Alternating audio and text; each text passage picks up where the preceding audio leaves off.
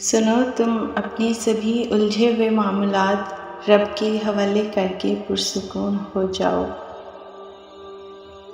وہ تمہیں آزما رہا ہے ہر اس چیز سے جو تمہارے دل کا سکون ہے۔ جب اللہ تمہیں آزمائش میں ڈالتا ہے نا، اس آزمائش سے نکلنے کا وسیلہ پہلے ہی تمہارے لیے بنا دیتا ہے۔ جو آزمائش کے وقت صبر کرتے ہیں نا، وہ اللہ کے بہت قریب ہوتے ہیں۔ تم صبر اور یقین رکھو، وہ رب تمہارے لیے معجزے کرے گا۔ وہ رب تمہیں ان مشکل حالات سے گزار کر مضبوط کرنا چاہتا ہے۔ اس پر یقین رکھو، وہ ایسے معجزے بھیجے گا کہ تمہاری عقل حیران رہ جائے گی۔ جب تم اللہ پر ہر حال میں بھروسہ کرتے ہوئے یقین کامل کے ہمراہ اس کے سپرد اپنے تمام تر فیصلے چھوڑ سکتے ہو، تو پھر یہ کیسے سوچ لیتے ہو کہ اللہ تمہارے اس یقین کی لاج نہیں نبھائے گا جو تم نے اس پر تب باندھا جب تمہیں ہر طرف سیاہی ہی نظر آنے لگی تھی۔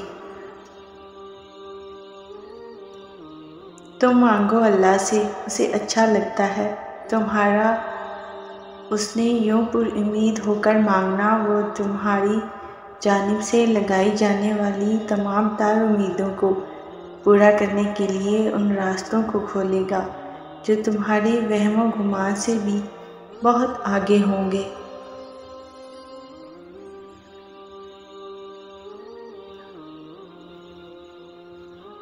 جب تم محسوس کرنے لگو کہ آخری حد تک آزمائے جا رہے ہو، تو تم سمجھ جاؤ کہ تمہارے معاملے کا فیصلہ اور اس کی اللہ کی جانب سے مدد کا وقت یقیناً بہت قریب آ رہا ہے۔